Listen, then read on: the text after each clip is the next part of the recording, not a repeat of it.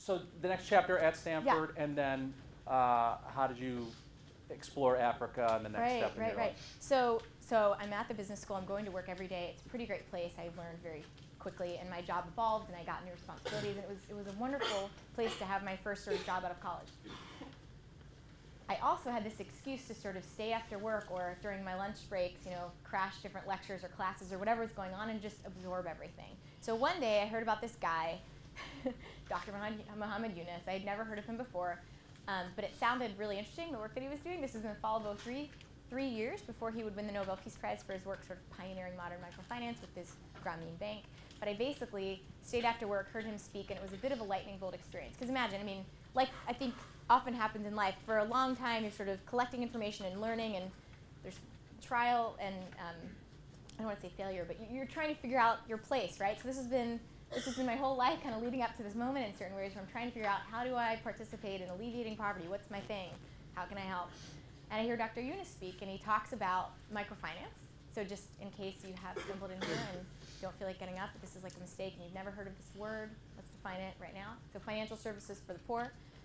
Think about what you go to your bank and access, the products and services there, and then imagine all of those tailored to the needs of someone living on a few dollars a day. That's a really easy way to think about microfinance. Now, there's a lot to be talked about, a lot to be said for all the ways that those products and services are tailored, but that's a good kind of entry-level definition for what it is. And it'll work for our purposes here tonight. So I hear about microfinance, and in particular I hear about microloans, right, microcredit.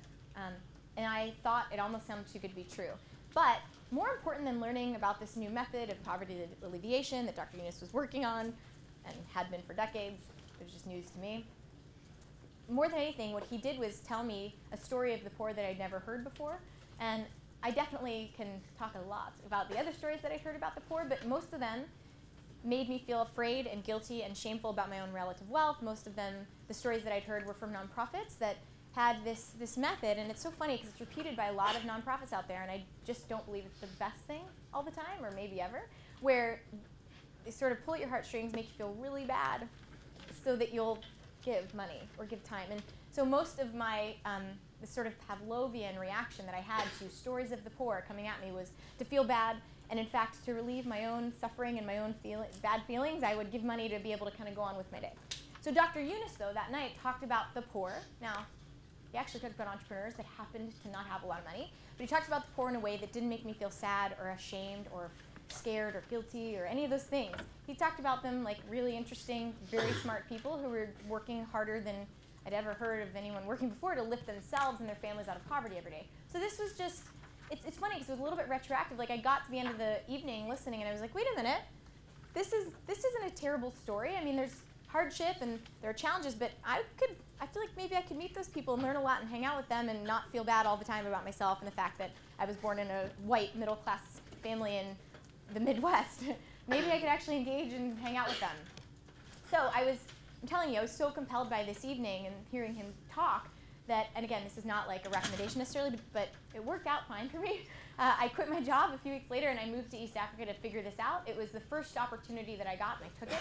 It was with, it was basically the opportunity was to go spend some time with at least 150 entrepreneurs that this organization, Village Enterprise Fund, that provides $100 grants, not even loans, but it was close enough for me because, again, very limited understanding of finance and stuff at that point. So I was like, oh, grants, they're almost like loans. I'll just go see what this is about. So I went, I interviewed 150 entrepreneurs being served by that organization, and I heard their stories. So I really wanted to see if I could hear new stories of the poor. And I wanted to see what it looked like for an entrepreneur to receive $100 and what that could really do. I also just wanted to learn about entrepreneurship for the first time ever in my life. So I was there, and over the 3.5 or so months that I was there, indeed, I heard great stories. Stories of often business success, but certainly stories of positive life change. And I'm taking my time on this part because I really want you to see, like, this was the big idea, okay? This was the idea for Kiva. And it's funny because often at this point in some, like, business school cases that maybe you've run across or other things that have written about Kiva, sometimes, let me take this apart.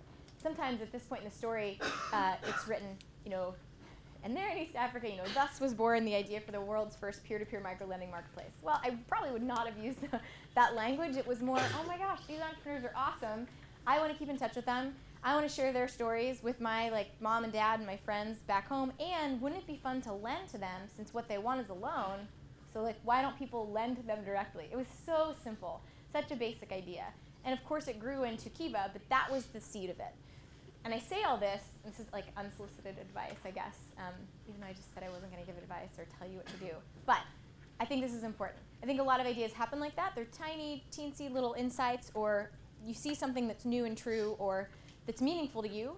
And even if it seems tiny or you don't know how it's going to scale to a global organization or whatever, cling to that and follow it. And you can start with something that simple. So the simple sort of hope, an idea at that moment for myself and my co-founder Matt, who you saw in the video, was wouldn't it be fun to stay in touch with our new friends in East Africa, the goat herders, the seamstresses, the farmers, etc. Wouldn't it be fun to lend them money and their friends too? Wouldn't it be fun to engage our friends to do that?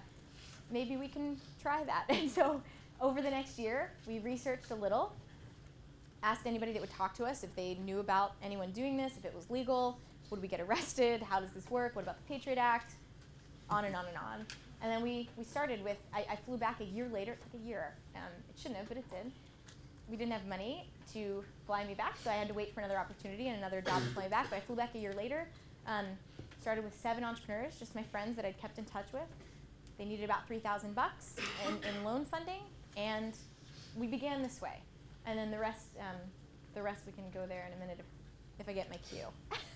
So how is that for a pausing point?